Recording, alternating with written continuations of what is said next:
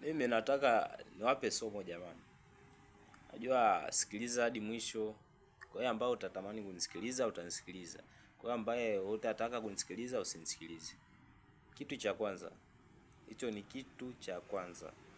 Watu umezidisha tabia sana kamdomo. Yaani kamdomo. Kamdomo kamekuwa kanakuwa sana mtandaoni. Yaani vitu tu watu mnatukuza. Tunakuwa vitu vikubwa, mnavi expand, yani mnavifanyia expandition. Vinakuwa vikubwa. Hicho kitu kibaya sana. Kwa sababu maisha wewe unayoishi hakuna mtu ambaye anaingilia, anakufuatilia wewe.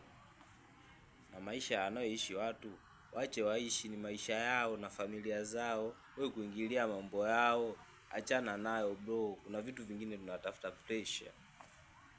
Pressure, depression, utapata depression na kufa bure.